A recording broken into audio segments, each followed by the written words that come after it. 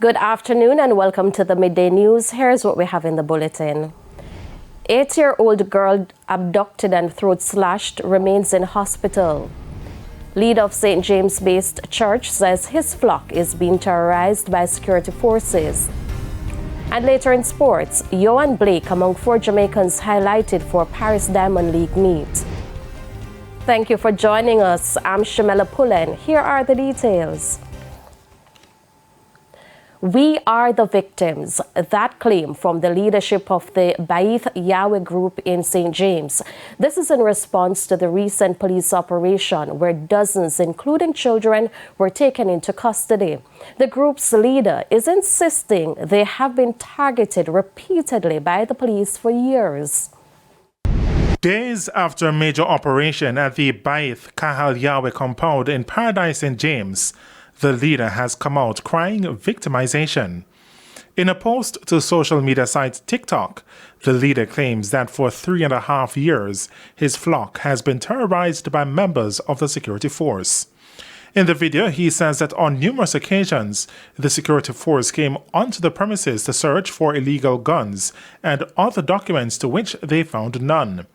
He says his group is being treated as if they have no rights. You have broken into my home instead of asking to enter time and time again. My children have been traumatized by you, yet you say you are here to help. He's adamant that the government is not able to provide the required help that the children from his church would need. Look at what you have done to them before our very eyes, and yet you want us to trust you with them? The group leader further reasoned that the education of the children at the church is not in jeopardy. He also dismissed claims that the school is not recognized by the education ministry. So how then would we receive correspondence from the ministry acknowledging us as a school? How is it that we have proof of GSAT passes recorded in your system? Shane Masters, TVJ News. In the meantime, councillors in the St. James Municipal Corporation are calling for an inspection of the compound to see if it is habitable for children. The matter was raised on Thursday at the latest sitting of the corporation.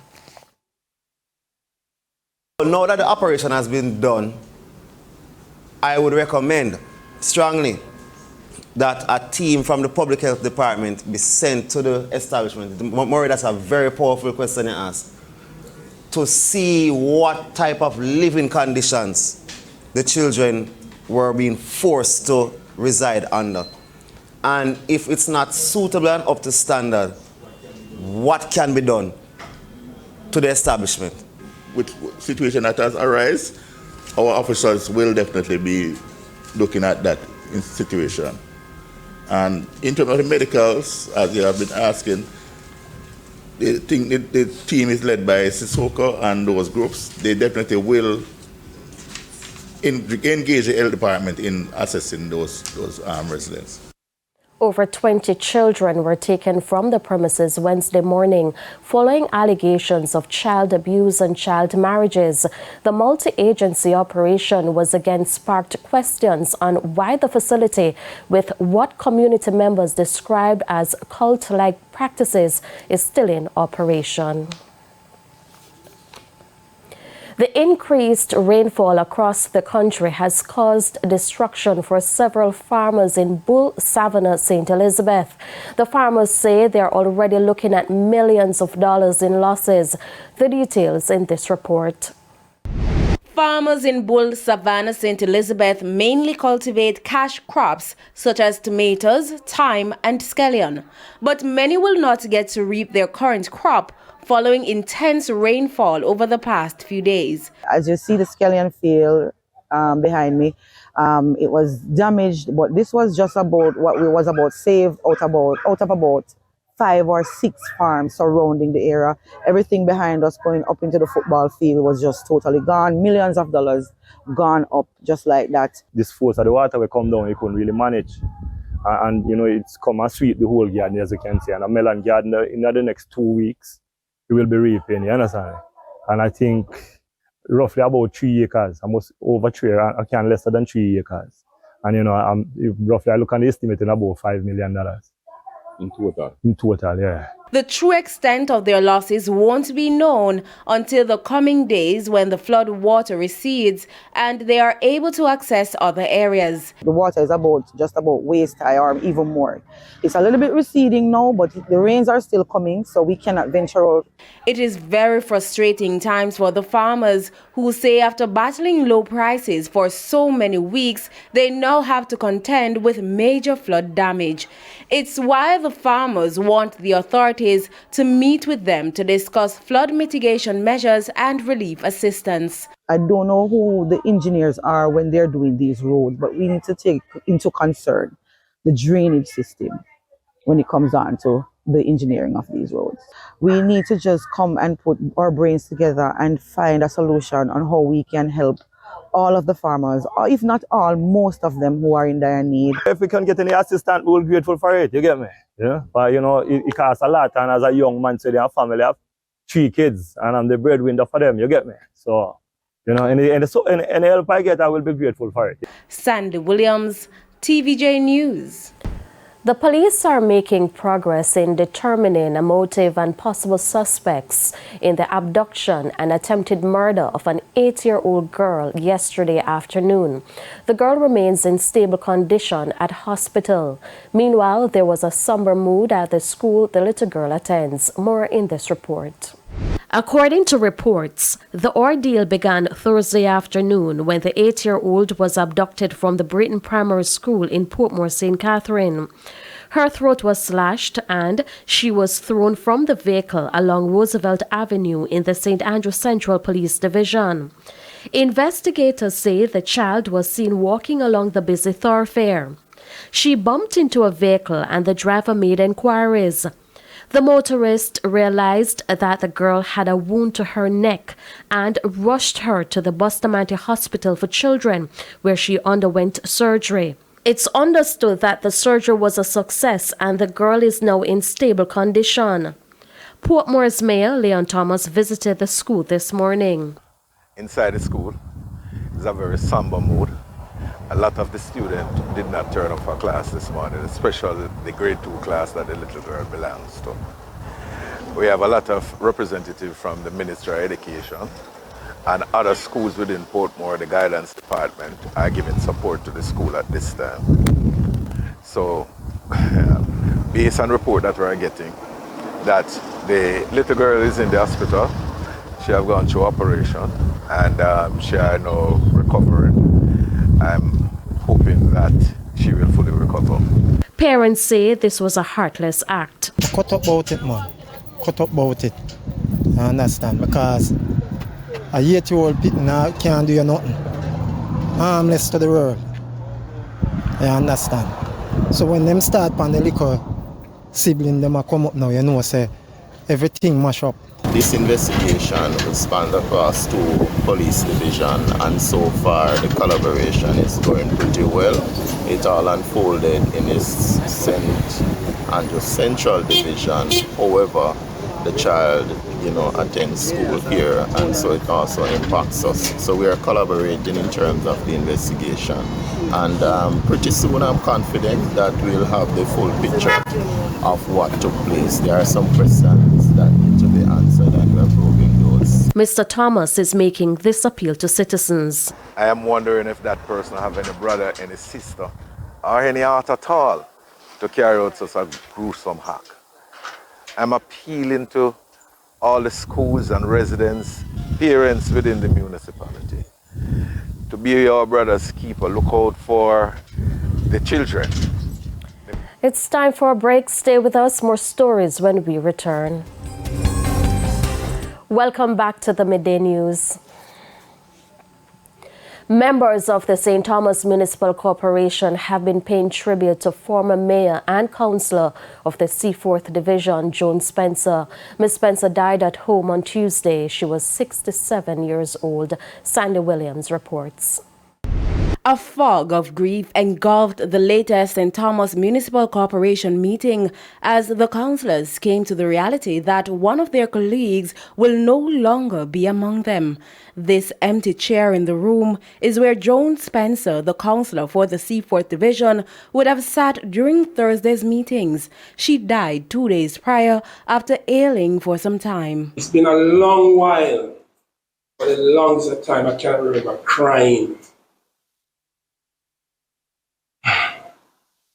She was my friend. Regardless of the PNP, JP, so I'm telling you, she was my friend. Councilor Spencer would call me basically every morning just to make sure I'm at meeting or what am I doing today. We just... Hubert Williams is chairman of the corporation. Councilor Spencer always be the first one to attend, to reach in the meeting room. Like every council meeting, every committee meeting, she would have the best attendance of all the councillors, including myself. I don't lose out a lot, I don't lose a but. We can't compare. There's no comparison when it comes to her attendance record and punctuality. Whether it's committee meeting or council meeting. Ms. Spencer had been councillor since 1998. She served as mayor of Morant Bay between 2003 and 2007. For someone to serve their division, that is political arena, for 25 years, she was doing a great job. Can't take that away from her. Her service to the people of the Seaforth Division is commendable, outstanding, and we have lost a real political icon whose shoes will be very hard to be filled. Ms. Spencer is the second councillor at the St. Thomas Municipal Corporation to have died within a year.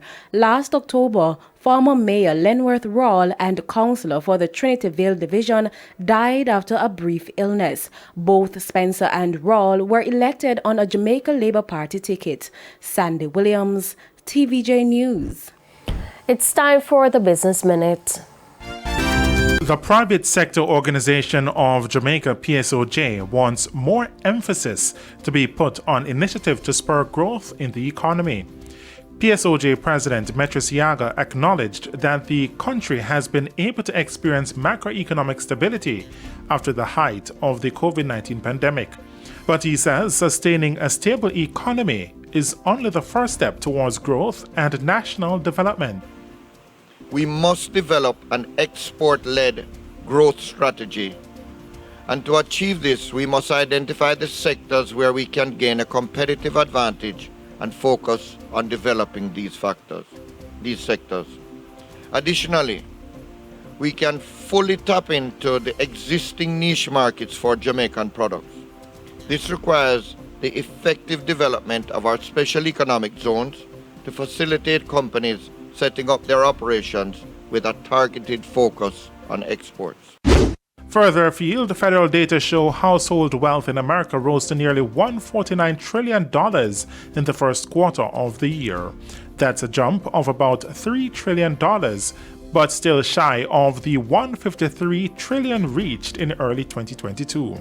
Most of the recent rise is due to the strong stock market. Equity investments are responsible for about $2.4 trillion of the $3 trillion jump. And that's it for the Business Minute. I'm Shane Masters. Thank you, Shane. Time now for the top regional and international stories. In the region, a fire in Guyana has claimed the lives of 2 young girls. The Guyana Fire and Rescue Service identified the deceased as 9-year-old Anamika Hadat, who was disabled, and her sister, 3-year-old Shamina. According to reports, the deadly blaze happened on Wednesday at their 2-story home. It's understood that 10 adults live in the dwelling. However, the girls were left at home without supervision. The fire department says several fire units were dispatched to extinguish the blaze, but the home was already gutted. Investigations are ongoing. On the international scene, Former U.S. President Donald Trump has been charged in the case regarding his handling of classified documents after he left the White House. Mr. Trump, 76, faces 7 charges, including mishandling classified documents and obstructing efforts to investigate. Both are federal charges which can carry a prison sentence on conviction. Mr. Trump is campaigning to make a return to the White House in 2024. Now, legal experts say the indictment, the second time he has been charged with a crime, does not prevent him running for presidency again. And hundreds of people are begging to be rescued from flooding in Kherson, Ukraine, following Tuesday's Kakhovka Dam breach. Many of those seeking help are on the Russian-controlled side of the Dnipro River. Hundreds of thousands of people in the Kherson region where the dam is located have been left without drinking water. Both Russia and Ukraine have accused each other of attacking the dam, though some speculate that it could have collapsed from previous damage. And those are the top regional and international stories. I'm Carrie Ann Simpson. We head to a quick break. When we come back, we'll have your midday sports report with Jermaine Brown.